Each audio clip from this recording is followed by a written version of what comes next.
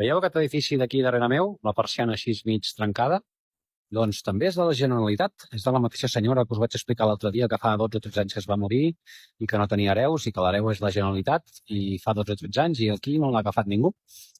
En fi, era tan fàcil com acceptar l'herència, posar-ho en nom de la Generalitat, vendre'ls, gastar-lo, donar-lo a l'Ajuntament de Banyoles, sense fer 20 coses, però fa 12 o 13 anys que és morta i no ho han fet. Aquest amb l'altre edifici que us vaig ensenyar l'altre dia, que també era del mateix senyor. I no sigueu subnormals i comenceu a dir-ho als ocupes, Veieu aquesta casa aquí darrere, enrajolada, tapiada, és de la Generalitat de Catalunya. Bueno, és d'una senyora que es va morir i no té descendents, no té família, i l'últim hereu és la Generalitat. Només fa 12 o 13 anys que es va morir, i és clar, la Generalitat encara no ha tingut temps d'acceptar l'herència i poder donar-nos aquesta casa.